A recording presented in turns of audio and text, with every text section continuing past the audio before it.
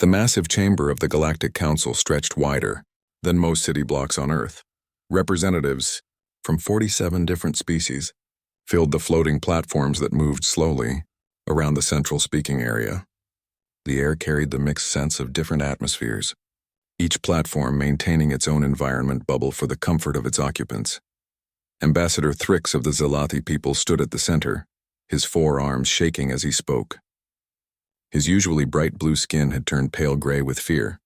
The translator devices converted his clicking speech into hundreds of different languages at once. "Please," Thrix begged, his large black eyes scanning the assembly. "My colony on Kepler 442b sends distress signals every hour. The Vorthak swarm has surrounded our world. 20 million Zalathi citizens wait for death. We need help now." The council chamber filled with nervous whispers. Everyone knew about the Vorthak. They were the nightmare that haunted peaceful species across the galaxy. Like giant insects made of living metal, they consumed entire worlds, stripping them of all life and resources before moving on to the next target. The elegant Ambassador Serene from the Altarian Federation spoke first. Her melodious voice carried across the chamber. "The Zalathi colony is 7 jumps from our nearest fleet. By the time we arrive, there will be nothing left to save." "The Vorthak number in the thousands," added Commander Grosk of the Betelgeuse Military Union. His rocky hide scraped as he shifted uncomfortably. "My tactical computers show that we would need at least 300 ships to have any chance. We have only 90 ships within range, and that includes merchant vessels." Ambassador Thrix dropped to what humans would call his knees, though his species had 3 of them. "Then my people will die? You will do nothing." The chamber fell silent. No one wanted to say yes, but everyone was thinking it. The Vorthak were too strong, too vicious. Fighting them meant losing ships and crews for a battle that couldn't be won. Then a voice spoke from one of the newer platforms, positioned near the edge of the chamber where recent members were placed. "The Third Fleet of Earth will go." Every head, eye stalk, and sensor array turned toward the human platform. Admiral Chen Wei stood there in her dark blue uniform, her black hair tied back in a simple style. Beside her, Ambassador Marcus Thompson looked just as calm. They were the only 2 humans in the entire chamber. The Altarian ambassador's feathers ruffled in confusion. "The humans?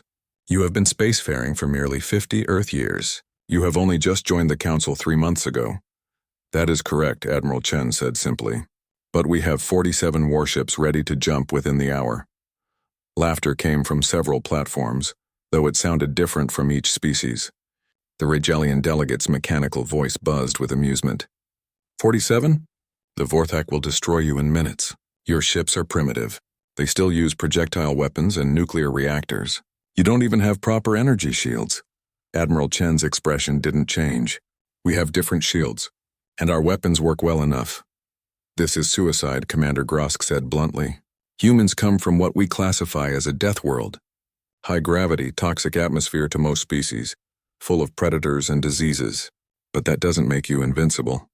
The Vorthak have destroyed species far older and more advanced than yours." Ambassador Thompson stepped forward.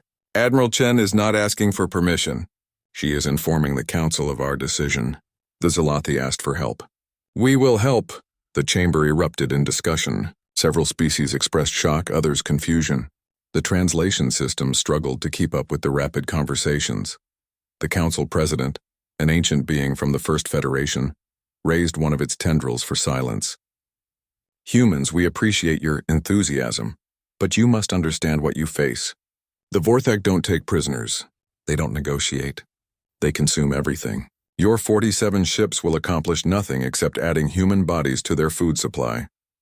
Admiral Chen pulled out a small communication device and spoke into it. "Captain Rodriguez, begin preparations for immediate departure. All ships, all crews." She put the device away and looked at the Council President. "Where we come from, we have a saying. The only thing necessary for evil to win is for good people to do nothing. We choose to do something."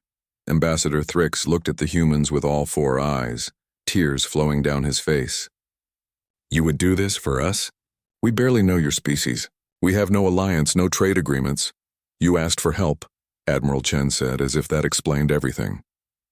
The Altarian ambassador floated closer to the human platform. "At least let us send observers. Someone should record your final moments for your home world. You may send observers if they can be ready within the hour." Admiral Chen agreed. But understand the risks. We won't slow down for anyone. 3 species volunteered observers, though many suspected it was more out of morbid curiosity than support. They wanted to see how the newest species in the galaxy would die. As Admiral Chen turned to leave, the council president spoke one more time. Admiral, wait, why? Really, why would you throw away your lives for strangers? Chen stopped at the platform exit. She turned back to face the assembly. On Earth, we have stories going back thousands of years. Stories of heroes who faced impossible odds to protect others. We grew up hearing about 300 Spartans holding a pass against 1,000,000 enemies. About firefighters running into burning buildings when everyone else runs out. About doctors staying in plague zones to treat the sick even as they get sick themselves. She paused, looking directly at Ambassador Thrix. We call it being human, but really it's about being worthy of the gift of life. If we can save even one Zalathi child, then our deaths mean something. And who knows, maybe we'll surprise you. The humans left the chamber. Behind them, the arguing continued, but now with a different tone. Some species expressed admiration. Others called the humans foolish, and still others wondered if they had misjudged these newcomers from the death world. Within an hour, just as promised, 47 human ships began leaving Earth's orbital stations. They were ugly things by galactic standards. Where other species built smooth, elegant vessels that looked like art, human ships looked like they were built for war, angular, armored, covered in weapon ports and launch tubes. They had names painted on their sides in Earth languages, names like Thunderchild, Revenge, Guardian, and Hope. The 3 observer ships from the Council barely made it in time to dock with the human flagship, the UES Beijing. The observers were shocked to find the human crews laughing and joking as they prepared for what everyone knew was a suicide mission. Don't they understand they're about to die? Asked observer Katani from the Centauri Collective. The human liaison officer, Lieutenant Sarah Walsh, smiled. Oh, they understand. But crying about it won't help anyone. Besides, they all volunteered. Every single crew member on all 47 ships asked to come when they heard about the Zalathi colony.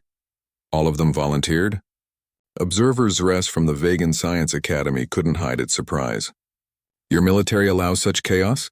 It wasn't chaos, Lieutenant Walsh explained as she led them to the observation deck. We had to turn people away. More wanted to come than we had room for. The observer from the Andromedan Empire, a being of pure energy named Flux, pulsed with confusion. They wanted to die? No, Walsh said, strapping herself into a chair as the jump countdown began. They wanted to matter. There's a difference. The human fleet aligned for the first jump. 7 jumps to reach Kepler 442b. 7 jumps to reach certain death according to every tactical computer in the Council. But as the human ships disappeared into hyperspace one by one, they were broadcasting something unusual on all frequencies. Music. Ancient Earth music. Songs of war, songs of defiance, songs of hope. The last ship to jump was playing something called Ride of the Valkyries. The council members who remained in the chamber stood in silence, unsure what they had just witnessed. Was it bravery or stupidity? Honor or madness? Time would tell, though most believed they already knew the answer. The humans would die, and the galaxy would have one less naive species to worry about. But Ambassador Thrix remained at his platform, all 4 hands pressed against his chest in his people's gesture of deepest gratitude. He whispered words in his own language that the translators converted simply as, "Thank you." In hyperspace, Admiral Chen studied the tactical displays showing what they would face. 3,000 Vorthak bioships arranged in a perfect sphere around Kepler 442b. Her 47 ships against 3,000. She smiled. It reminded her of a story from Earth's history. Good. Humans always fought better as underdogs. The human fleet dropped out of hyperspace at the edge of the Kepler system with a violence that made space itself seem to shudder, where most species emerged from faster-than-light travel slowly and carefully. The humans burst into normal space like predators pouncing on prey. Admiral Chen stood on the bridge of the Beijing, her hands clasped behind her back as the tactical display lit up with enemy contacts. Red dots filled the screen, so many that they seemed to form a solid sphere around the planet. 3,000 Vorthak bioships, just as the intelligence reports had suggested. All ships reporting in, Admiral, Commander Jackson announced from his station. 47 souls ready to raise hell. The three alien observers on the bridge shifted nervously. Observer Katani's feathers stood on end as she watched the display. There are so many of them. Your computers must be malfunctioning. Nothing could survive against those numbers. Our computers work fine, Chen replied calmly. She touched a button on her command chair. All ships, this is Admiral Chen, you see what we face. You know what they've done to other worlds. Today we show the galaxy that humans don't run from bullies. Formation Wolfpack Alpha, weapons free. Good hunting. The observer from the Andromedan Empire, Flux, pulsed with alarm. Formation Wolfpack? I don't recognize this from any tactical manual. Lieutenant Walsh, standing nearby as liaison, grinned. That's because we wrote it ourselves, based on how our ancestors used to hunt mammoths. Before Flux could ask what a mammoth was, the human ships began to move. Instead of forming the defensive sphere that Galactic Standard Tactics recommended, they split into groups of 6 or 7 ships each. These groups spread out, accelerating toward the Vorthak swarm from different angles. On the planet below, the Zalathi colonists huddled in their underground shelters. Their shields flickered and sparked, nearly exhausted after 3 days of constant bombardment. Governor Helix watched the displays showing the arrival of the human fleet. 47 ships, his aide whispered. The humans sent only 47 ships. 47 more than anyone else sent, Helix replied, his forearms gesturing gratitude despite his fear. Though I fear we will simply have more deaths to mourn. Above them, the Vorthak had noticed the new arrivals. The bioships began to shift, their living metal hulls pulsing with anticipation. To the Vorthak, new ships meant new food, new resources to consume. A small group of 100 bioships peeled away from the main swarm to deal with what they saw as a minor annoyance. Admiral Chen watched them come. Signal the fleet. Begin the music, Admiral? Observer Zres asked, confused. Suddenly, every human ship began broadcasting on all frequencies. The songs were different from each ship. Some played classical Earth compositions, others heavy metal. Still others played recordings of war drums from various Earth cultures. The cacophony filled the communication channels. The Vorthak bioships hesitated. In 3 centuries of conquest, they had never encountered anything like this. Their hive-mind communication struggled to process the audio assault. That moment of hesitation was all the humans needed. The first wolf pack, led by Captain Rodriguez and the Thunderchild, accelerated to speeds that made the observers gasp. They'll tear their ships apart at that velocity, Katani screeched. But the human ships held together, their supposedly primitive construction proving surprisingly robust. The Thunderchild opened fire first, but not with the elegant energy beams other species favored. Instead, it launched what looked like primitive metal slugs, except these slugs were traveling at a significant fraction of light speed. The kinetic weapons punched through the Vorthak bioarmor like paper. 3 enemy ships vented their internal fluids into space before they even understood what had hit them. Impossible, Observer Zres muttered. Kinetic weapons shouldn't work against bioarmor. You never tried accelerating them enough, Lieutenant Walsh explained. At sufficient velocity, a grain of sand becomes a nuclear weapon. The wolf pack struck from multiple angles. While the Vorthak tried to respond to one group, another would attack from behind. The human ships danced through space with a chaotic grace that defied conventional tactics. Captain Maria Santos of the Revenge led her pack in what should have been a suicide run, diving straight through the center of a Vorthak formation. Her ships fired in all directions, their point defense systems creating a sphere of death around them. When one of the bioships got too close, she did something that made even Admiral Chen raise an eyebrow. She rammed it. The Revenge's reinforced prow, designed after ancient Earth naval rams, punched through the bioship's hull. The human ship kept flying, dragging half of the destroyed enemy with it before shaking free. Captain Santos, Chen said over the comm, try to bring your ship back in one piece. Santos's laughter came through the speakers. Where's the fun in that, Admiral? The Vorthak hive mind reeled in confusion. These new enemies didn't fight like prey. They fought like predators, no, worse than predators. They fought like they enjoyed it. More bioships peeled away from the planet to deal with the threat. 200, then 500. Each time they tried to encircle a human wolf pack, the small group of ships would scatter, only to reform moments later from a different angle. But the humans were taking losses too. The destroyer Courage took a direct hit from a bioplasma beam, its hull breaching across 3 decks. Instead of retreating, Captain James Thompson, no relation to the ambassador, turned his dying ship into a weapon. "All hands, abandon ship," he announced calmly. "Engineering, set reactor to overload. I'm taking us into their center." "Captain," his first officer protested, "the escape pods won't launch in time if you—" "Then we'd better hurry," Thompson replied. He aimed the Courage at the densest cluster of bioships and pushed the engines to maximum. The escape pods launched like seeds from a dying flower. Most made it clear before the Courage detonated, taking 17 Vorthak ships with it in nuclear fire. Observer Kitani watched in horror and awe.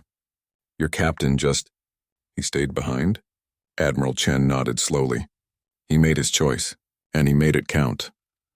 The battle had been raging for only 30 minutes, but the space around Kepler 442b had become a debris field. Broken bioships leaked fluids that froze into grotesque ice sculptures. Human ships trailed atmosphere and sparks but kept fighting. Then the Vorthak made a critical error. Frustrated by the humans' refusal to fight conventionally, they began to group together for concentrated fire. It was exactly what Chen had been waiting for. "All ships, execute Crazy Ivan," she commanded. The alien observers looked at each other in confusion. None of them recognized the term. They watched as every human ship suddenly reversed thrust, flipping end over end while maintaining their velocity. Now flying backward, they unleashed everything they had at the clustered Vorthak: nuclear missiles, kinetic rounds, even improvised weapons made from compressed waste materials. The humans fired it all. The concentrated barrage overwhelmed the bioship's ability to adapt. But the real shock came when the Beijing launched something different. "A series of small pods moving too fast to be escape vehicles. What are those?" Flux asked. Lieutenant Walsh checked her display. "Boarding pods. Marines in armored suits. We're going to take the fight inside their ships." All three observers stared at her in disbelief. "Inside, but that's impossible. No species fights inside enemy ships during space combat." "No other species does," Walsh corrected. "We do." The pods punched through bioship hulls and discharged their occupants, humans in powered armor carrying weapons that seemed impossibly primitive. Projectile weapons, bladed implements, and explosives. Inside the bioships, the Vorthak drones faced something they had never encountered in 3 centuries. Hand-to-hand combat. The humans moved through the organic corridors like demons, destroying everything in their path. The bioship's internal defenses, designed to repel boarders who followed conventional tactics, couldn't adapt to humans who fought with brutal efficiency. Sergeant Mike Chen, Admiral Chen's nephew, though she showed him no favoritism, led his squad through the bowels of a Vorthak command ship. The organic walls pulsed with alien life, trying to crush them, spray them with acid, or trap them in place. The humans responded with flamethrowers, turning the living corridors into charred tunnels. "Remember," Sergeant Chen told his squad, "we're not here to capture. We're here to destroy." Make them afraid, and afraid they became.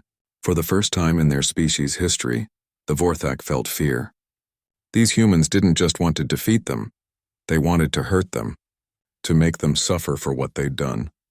Back on the Beijing, Admiral Chen watched as more and more bioships broke away from the planet to deal with her fleet. The plan was working. Every ship that came after the humans was one less bombarding the colony below. "Admiral," Commander Jackson reported, "the Zalathi shields are stabilizing. We're giving them time." Chen nodded. "Good. Signal all ships. Phase 2. Let's show them why humans are classified as Deathworlders." The battle was far from over. The humans had lost 8 ships so far, with many more damaged. But they had destroyed nearly 200 bioships and damaged scores more. The kill ratio was impossible by all conventional military science. Observer Zres transmitted everything back to the Galactic Council in real time. The battle had been raging for 2 hours when everything changed. The human ship's battered and bleeding atmosphere had destroyed nearly 300 Vorthak bioships, an impossible achievement that was being broadcast across the galaxy. But now they faced something worse. The Vorthak Queen's dreadnought emerged from behind the swarm like a moon-sized predator. Its biometal hull rippled with weapon systems that had never been fully documented because no one had survived seeing them all. "Sweet Mother of Earth," Captain Rodriguez whispered over the comm. "That thing's bigger than a city." Admiral Chen studied the massive ship on her display. It was easily 50 times the size of the Beijing. All ships continue current engagement. The Queen is mine. Admiral, Commander Jackson protested. That's suicide even by our standards. Chen turned to him with a slight smile. Maybe, but I have an idea. Something they won't expect. She activated the ship-wide comm. Boarding teams Alpha through Delta report to launch bays. Full combat load. We're going visiting. The alien observers on the bridge looked at each other in alarm. Observer Kitani's feathers were standing completely on end now. You cannot be serious. You want to board the Queen's ship? That's not just suicide, it's insane. Insane is just another word for unexpected, Chen replied. She turned to her weapons officer. Lieutenant Morrison, prepare the special packages. The planet crackers, Admiral? Morrison asked, his voice steady despite what he was suggesting. All of them. The observers recoiled. Flux pulsed so brightly it nearly blinded everyone on the bridge. Planet crackers? You mean nuclear weapons? Those are banned by Galactic Council Resolution 2247. We never signed that resolution, Chen said simply. We weren't members yet. Meanwhile, the ongoing battle had taken a turn that no one could have predicted. The smaller human ships weren't just fighting. They were doing something the galaxy had never seen before. When the destroyer Liberty lost its engines, Captain Park didn't retreat or surrender. Instead, she broadcast music even louder, something called heavy metal, and used the last of her maneuvering thrusters to crash directly into a cluster of bioships. The Liberty exploded on impact, but not before Park and her crew had welded explosive charges to every surface of their ship. The detonation chain took out 6 Vorthak vessels. They're using their ships as weapons, observers Rest transmitted to the Council. When they can't fight anymore, they turn themselves into bombs. But what truly shocked the observers was what happened with the medical ship, Hope. It wasn't armed like the other vessels, carrying mostly medical supplies and rescue equipment.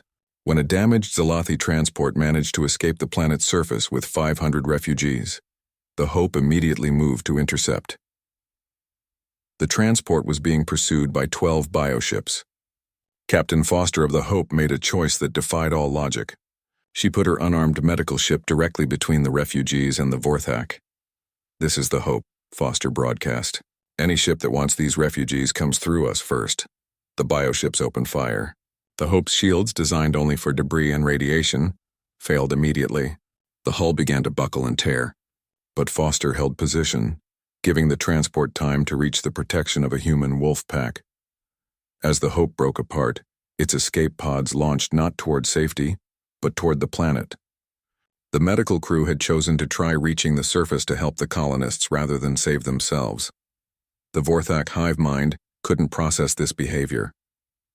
In their 3-century history of conquest, prey had always prioritized survival. These humans seemed to prioritize everything except survival. Back on the Beijing, Admiral Chen was preparing for her assault on the Queen's dreadnought. The boarding team stood ready in the launch bays, 200 humans in powered armor that looked like it belonged in a museum. Blocky, heavy, and painted with strange symbols and images from Earth. Skulls, flames, slogans in various Earth languages. Sergeant Mike Chen checked his rifle, a magnetic acceleration weapon that fired depleted uranium rounds. Remember, people, the Queen has never been challenged directly. She's probably never felt real fear. Let's introduce her to the concept. Ura! The Marines shouted in unison, a battle cry that meant nothing to anyone not from Earth but carried thousands of years of warrior tradition. The Beijing accelerated toward the massive dreadnought, firing everything it had. The shots were pinpricks against the enormous bioship, but they got the Queen's attention. Massive bioplasma beams lashed out, each one powerful enough to vaporize a small moon. Chen's helmsman, Lieutenant Cooper, had grown up racing motorcycles through the abandoned cities of post-war Detroit. She flew the Beijing like it was one of those bikes, sliding and spinning through space in ways that made the inertial dampeners scream in protest. Launch boarding pods, Chen commanded as they passed under the dreadnought's bulk. 20 pods fired from the Beijing's belly, each one carrying 10 Marines. They punched into the Queen's ship like needles into skin, small wounds but wounds nonetheless.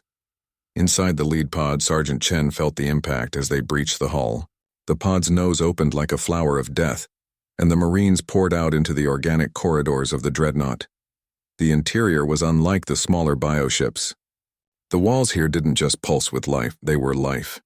Vorthak drones emerged from the walls themselves, their metal organic bodies perfectly adapted for defending their queen. "Light them up," Sergeant Chen roared. The Marines opened fire with everything they had. Uranium rounds that punched through biometal armor. Plasma grenades that turned organic matter into smoking craters. And when the ammunition ran low, they used their armor's enhanced strength to literally tear drones apart with their hands. But the real shock came from Private Thompson, the youngest Marine on the team. She carried something special, a canister of what humans called thermite paste. When applied to the organic walls and ignited, it burned through the living ship like acid through paper. The Queen felt it. For the first time in her ancient life, she felt pain from within her own vessel. The hive mind shrieked in rage and confusion. Outside, the battle had become something from a nightmare. Human ships, too damaged to continue fighting conventionally, were ramming Vorthak vessels at full speed. The crew of the Vengeance, their ship venting atmosphere from a dozen breaches, welded themselves into the bridge and aimed for the biggest cluster of enemies they could find. "For Earth and all her children," Captain Williams shouted as the Vengeance plowed through 3 bioships, her reinforced prow acting like an ancient battering ram. The Vorthak were pulling back from the planet now, not retreating but consolidating. They needed to deal with these insane humans before continuing their harvest of the Zalathi colony. That was exactly what Chen had hoped for. "All ships, execute Sunshine Protocol," she commanded. "Around the planet." The remaining 31 human ships suddenly changed their attack pattern. Instead of wolf packs, they formed a single line between the Vorthak swarm and the planet. It looked like a defensive formation, but the observers knew better by now. Nothing the humans did was purely defensive. Each ship launched a single missile, not at the Vorthak, but at empty space between them. The missiles detonated simultaneously, creating a wall of nuclear fire that briefly outshone the system's star. The Vorthak recoiled from the light and radiation, not enough to seriously damage them, but enough to blind their sensors momentarily. In that moment of blindness, 20 human ships activated their jump drives. Not to flee, but to make micro-jumps, tiny, faster-than-light hops that took them inside the Vorthak formation. When the nuclear light faded, the humans were among them, firing at point-blank range. The battle became a close-quarters massacre that favored the humans' seemingly primitive weapons. Inside the Queen's dreadnought, Sergeant Chen's team had fought their way deeper into the ship. They had lost 6 Marines, but the trail of destruction they left behind was enormous. The Queen's own immune system, specialized warrior drones, couldn't stop them. Then they found it. A massive chamber that pulsed with a different rhythm than the rest of the ship. The Queen's core chamber. "Demo team, set the packages," Sergeant Chen ordered. 3 Marines began placing the nuclear devices they had carried, planet crackers. Weapons designed to split asteroids for mining, repurposed for war. If they detonated here, in the heart of the Queen's ship, the Queen herself materialized from the chamber's ceiling. Not a drone, not a projection, but the Queen in her true form. She was beautiful and terrible, a perfect fusion of organic evolution and technological enhancement. Standing 4 meters tall with countless appendages that could be weapons or tools, her voice spoke directly into their minds, bypassing the need for translation. "You dare? You insignificant primitives dare to threaten me?" Sergeant Chen raised his rifle. "Yeah, we dare. That's kind of our thing." The Queen moved faster than thought. 2 Marines were dead before they could fire. Their armor crumpled like paper. But the humans didn't run. They couldn't run, not because of fear or duty, but because running meant the Zalathi would die. Private Thompson, the one with the thermite, did something that went into legend. She activated all her remaining thermite canisters at once and charged the Queen, wrapping her arms around one of the Queen's primary appendages. Governor Sarah of Seraphim Prime stood in the ruins of her capital city, watching human dropships land one after another. She expected to see conquerors emerge, demanding payment for their rescue. That was how it worked in the galaxy. No one did anything for free, especially not something this costly. Instead, she saw something that made her question everything she knew about interstellar politics. Humans poured out of the ships, but they weren't soldiers coming to claim territory. They were medics, engineers, construction workers.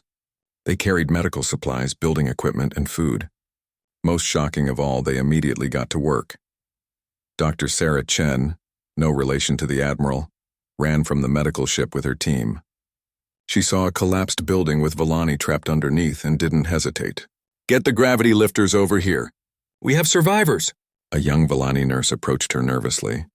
"Doctor, we should discuss payment terms before—" "Payment?" Sarah looked confused. "They're dying. We can discuss whatever you want after they're not dying anymore." She turned to her team. "Martinez, start triage. Johnson, set up the field hospital. Lee, get me every unit of synthetic blood we have." "Doctor," the nurse said, "Villani blood isn't compatible with most species. It's compatible with human type O-negative synthetic plasma," Sarah interrupted. "We checked your biological database before we left. We brought 40,000 units." The nurse's large eyes widened. 40,000? That must have cost someone else's problem, Sarah said, already moving to the next patient. "My problem is saving lives." Across the city, similar scenes played out. Human engineers worked alongside confused Villani civilians, rebuilding infrastructure without asking for anything in return. Engineer Tom Bradley was underneath a destroyed water treatment plant, welding pipes with his team. A Villani official approached him. "Excuse me, but this is military-grade equipment you're using." "The cost." Tom pulled off his welding mask, his face covered in soot and sweat. "Yeah, it's expensive." "So what? What do you want in return? Mining rights? Trade agreements? Our technology?" Tom laughed. "Buddy, I want to get your water running before those kids over there die of thirst. Can we talk about the other stuff later?" He put his mask back on and returned to work, leaving the official speechless. The real shock came when the captured Kreks were brought to the surface. Warlord Garrick and his surviving warriors expected to be executed or tortured. That's what they would have done. Instead, human medics began treating their wounded. "Why?" Garrick asked Captain Williams as a human doctor bandaged his wounds. "We are your enemies. We killed millions." Williams looked tired. The radiation from the cascade jumps had taken its toll. Her hair was falling out and she could barely stand. "Yes, you're war criminals. You'll face justice for what you've done. But we're not you. We don't torture prisoners. We don't kill the defenseless, but your attack was so savage, so ruthless. That was combat," Williams said. "This is aftermath. Different rules." The doctor working on Garrick was running a neural scanner. "Captain, all the Kreks have neural combat implants. They're hardwired for aggression. Some of these modifications go back to childhood. Can you tag them?" "Yes. I can install neural monitors that will track their locations and prevent them from committing violence. It's reversible if they're ever pardoned, but until then, they literally won't be able to hurt anyone." "Do it." Garrick felt the small device being placed at the base of his skull. He tried to feel angry, to summon the rage that had defined his entire life. Nothing came. For the first time since childhood, his mind was quiet. "You've neutered us," he said. "We've given you a chance to be something other than killers," Williams replied. "What you do with that chance is up to you." Meanwhile, the scope of human sacrifice was becoming clear. Admiral Chen had arrived on the planet to survey the damage. She met with Governor Sarah in what remained of the government building. "Admiral, I've been reviewing the reports from your fleet," Sarah said. 40% of your FTL drives are completely destroyed. Your crews have received radiation doses that will require years of treatment. You've depleted your military supplies for the next decade. Why would you do this for strangers?" Chen looked out the window at human workers rebuilding a Villani school. They were working 20-hour shifts, something that would kill most species. Humans just called it overtime. "Governor, can I tell you something about Earth?" "Of course. On our world, we have a concept called neighbors. It doesn't matter if you know them well or not. When their house catches fire, you help. When they're in trouble, you respond. Not because you expect payment, but because that's what makes a community. But we're not your community. We're not even the same species." "You are now," Chen said simply. "The moment you called for help, you became our neighbors. And humans take care of their neighbors." Governor Sarah's eyes filled with tears. "The council said no one would come. They said it was too dangerous, too far, too expensive." "The council thinks in terms of profit and loss," Chen said. "Humans think in terms of right and wrong." Over the next days, the full extent of human aid became clear. They weren't just rebuilding. They were improving. Human engineers installed better water filtration systems. Human doctors shared medical techniques that would save countless Villani lives.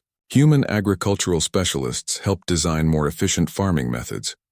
Lieutenant Commander Davis was working with a Villani engineer named Teko on a new power grid.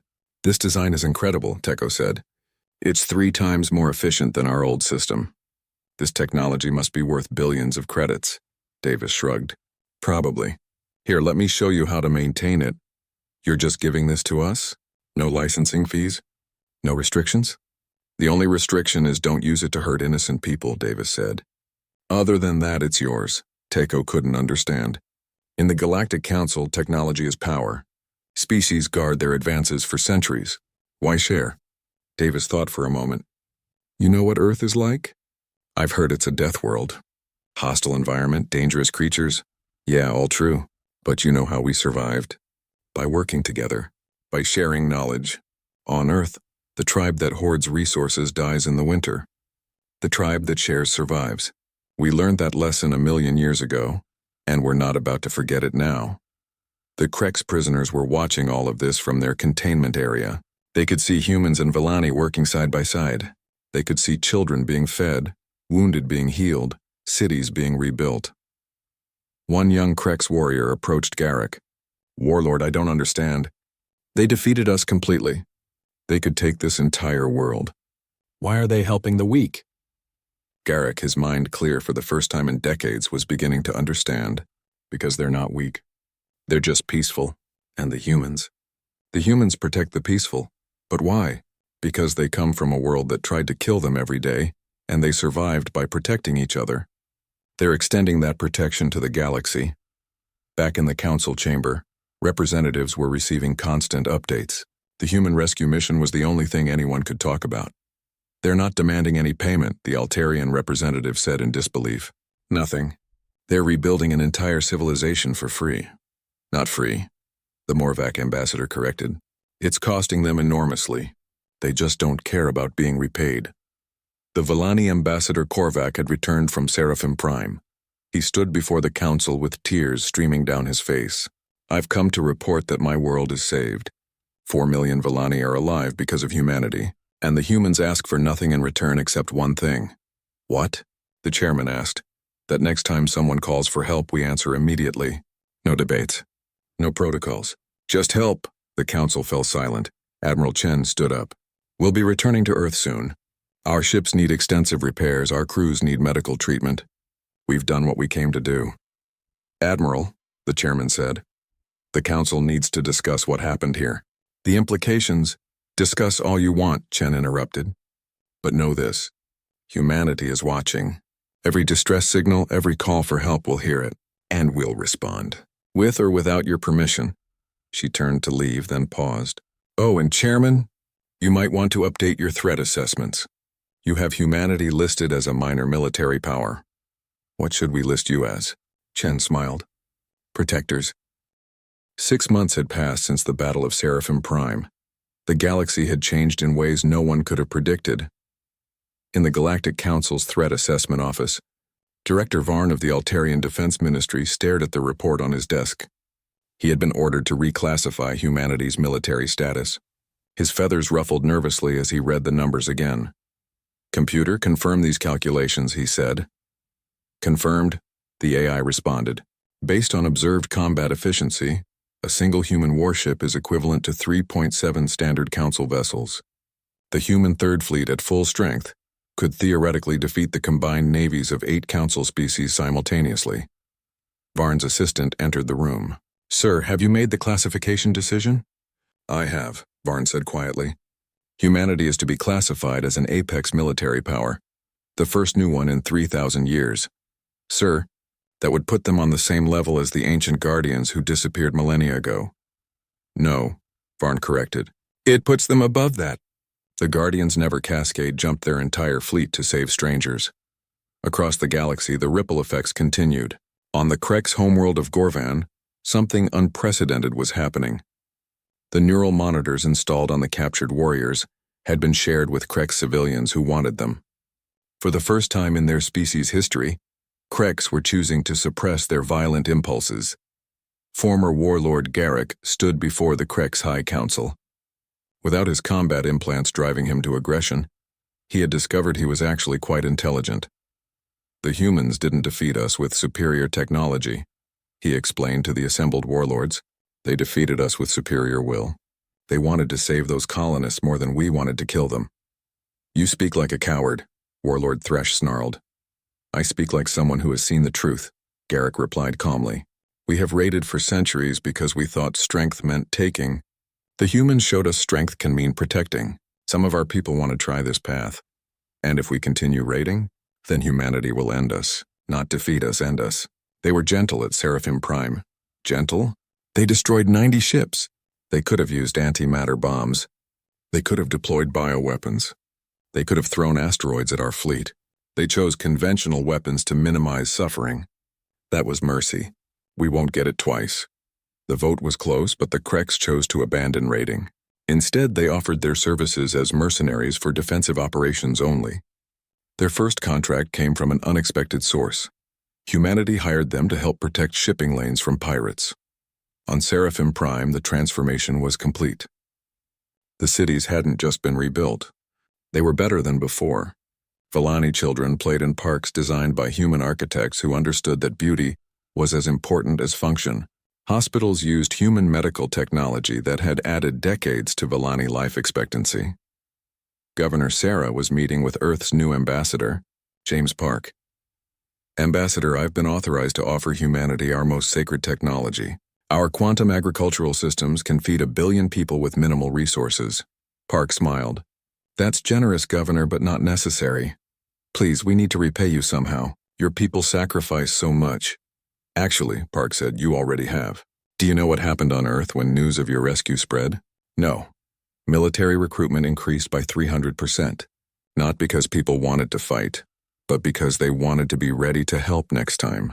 Children are studying xenobiology to become doctors for alien species. Engineers are designing new rescue equipment. You've given humanity something precious. What? Purpose. For the first time since we reached the stars, humanity knows why we're here. We're the galaxy's emergency response team. The changes weren't just political. The rescue video had spread to every corner of civilized space. On 1,000 worlds, military academies were studying human tactics. On 10,000 more, civilians were asking why their governments hadn't helped. In a bar on the trading station of Nexus 7, a group of various species watched the video for the 100th time. The part where the human marines boarded Krek ships with no regard for their own safety always got the biggest reaction. They're insane, a Zephyrin trader said, though his tone was admiring rather than critical. No, said an old Drakon captain. They're evolved. Every species develops traits to survive their environment. Humans develop the ability to do the impossible and call it Tuesday. At a secret meeting of the galaxy's most aggressive species, the conversation was very different. The humans must be stopped, said the representative of the Score Empire. If they continue this protector role, they'll prevent all future conquests. How do you propose we stop them? Asked the Vandar delegate. Attack Earth? They're Deathworlders. Their planet has hurricanes that could destroy our cities, earthquakes that could shatter our ships, and creatures that eat metal, and that's before we face the humans themselves.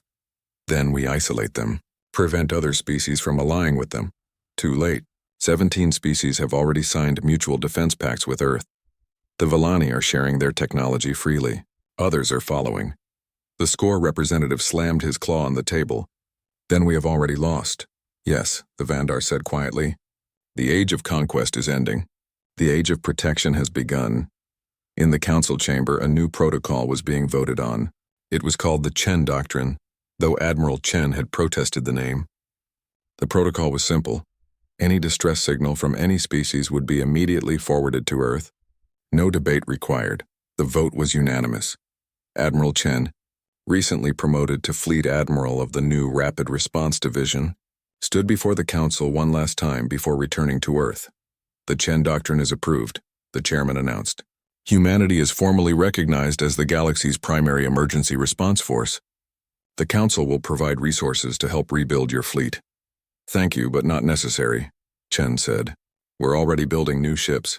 Better ones. Ones designed specifically for rescue operations. How many? The Altarian representative asked nervously. 500 to start. We're calling them the Guardian Fleet. Gasps echoed through the chamber. 500 ships was larger than most species' entire navies. That seems excessive, the chairman said carefully.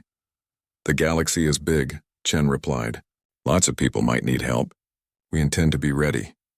And if someone attacks Earth while your fleet is dispersed on rescue missions? Chen's smile was sharp. Then they'll learn why our planet is classified as a death world. Our fleet protects others. Our planet protects itself. As Chen left the chamber, ambassadors from dozens of species approached her with offers of alliance, trade, and friendship. Humanity had gone from the galaxy's newest species to its most important in a single action. On Earth, the story had become legend. Children played games where they were rescue marines saving alien colonists. Scientists worked overtime designing new cascade jump drives that could handle the stress better. The entire planet had unified around a single purpose: be ready to help. In a small office in Earth Command, General Morrison was reviewing applications for the new Guardian Fleet. Over 1 million humans had volunteered, knowing the dangers, knowing the cost. His aide entered with a report. Sir, we've received another distress signal. Small colony under attack by pirates. Distance 4-week standard FTL. Morrison stood up. How many ships do we have ready? 40, sir. The new Phoenix class. They can cascade jump without destroying their drives. Send them all. Sir, 40 ships for a pirate attack? Isn't that overkill? Morrison looked at him seriously. Son, when someone calls for help, there's no such thing as overkill. There's only enough kill or not enough kill. We err on the side of enough. Meanwhile, on the other side of the galaxy, a young Krex warrior turned merchant was talking to his crew. They had just received news of another human rescue mission, this time saving a species that had actually voted against helping humanity in the Council. Captain, his navigator asked, why do they do it? Why save those who wouldn't save them? The former warrior thought carefully. I asked a human that once. You know what she said? She said that helping others isn't about them deserving it. It's about you deserving to be the kind of person who helps. I don't understand. Neither did I. But I'm beginning to. The final scene took place in the Score Empire's War Council. Warlord Creek watched the compilation of human rescue missions, 17 in 6 months. Each one successful. Each one asking nothing in return. His lieutenant entered. Warlord, our analysts have completed their study of human military capability. And, if we attacked Earth directly, we might win. But the cost would be our entire fleet and probably 90% of our ground forces. And that's if their planet's defenses are as weak as we hope. And if they're not weak, then we all die, sir. Creek turned off the video. Cancel all expansion plans near human space. All of them, sir? All of them. And send a message to Earth. What message? Creek thought for a moment. Ask them if they need any help building their Guardian Fleet. Tell them the Score Empire wants to contribute. His lieutenant nearly fell over. Sir, we're conquerors, not protectors. We were conquerors, Creek corrected. But the galaxy has changed. The humans have made sure of that.